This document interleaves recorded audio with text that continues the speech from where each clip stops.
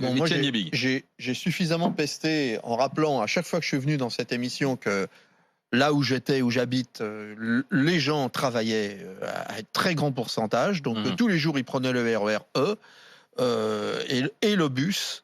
Et qu'il y avait beaucoup trop de monde dans ces bus et dans ces RER. Et ça j'ai pesté ici parce que j'avais l'impression d'une France à deux vitesses. Une France où on disait aux gens, surtout sortez pas, n'allez même pas faire vos courses parce que c'est hyper dangereux. Puis de l'autre côté, les pauvres cons qui allaient bosser, vous êtes à 50 dans l'autobus, alors on n'en a rien à foutre puisque de toute façon, vous êtes des pauvres. Moi, j'ai vraiment vécu cette période comme la plus grande période de l'histoire de ma vie d'inégalité sociale avec un je m'en foutisme total. Des gens qui avaient la chance d'être confinés payés par rapport aux gens qui étaient sur le terrain. Où à un moment, ça a été les héros, c'était devenu des espèces de gens extraordinaires, les premiers, les derniers de corvée. Maintenant, on les a tous oubliés. Ils ouvriront plus leur gueule parce que à partir de la semaine prochaine, c'est à nouveau reprennent le boulot. C'est à nouveau les énarques qui vont venir causer et ceux qui sont restés chez eux, les autres, on les aura tous oubliés. Donc, je voulais juste dire ça. Moi, je les oublie pas et je suis pour une revalorisation de leur salaire systématique.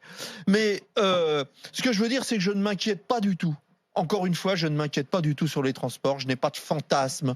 Je pense que les gens sont hyper raisonnables. Évidemment, qu'ils vont peut-être pas pouvoir respecter au cordeau.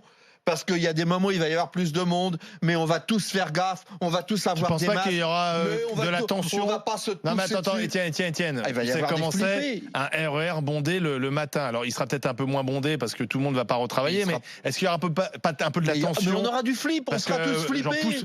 Poussez-vous, vous êtes trop près de moi. Mais Olivier, on sera flippés parce que effectivement on a peur. Les gens sont un peu hargneux là en ce moment. Mais je ne m'inquiète pas du tout. Il va y avoir une. Écoute, il y a eu des moments où on nous avait dit pendant la grève, les gens se sont tapés dessus. On a vu des tas de films où les gens ils étaient les uns derrière les autres, ils restaient 1h30 à poireauter comme des idiots dans les couloirs. Il n'y avait pas de crise, il n'y avait pas d'énervement, il n'y avait pas de crise de nerfs et on se tapait pas dessus. Et là ça va être pareil. Évidemment que ça, s'il y a un mec qui vient avec un mètre étalon, on va certainement pas tous avoir un mètre les uns par rapport aux autres, mais on aura tous des masques, on aura tous la trouille, on aura tous nos mains dans les poches. Personne va s'amuser à lécher la barre au milieu. Ne vous inquiétez pas, ça va bien se passer, ça va très bien se passer. Et nous sommes tous extrêmement raisonnables. Parce que M. Castaner a prévenu qu'il y aurait 25 000 policiers et gendarmes. Non, 20 000. 20 000.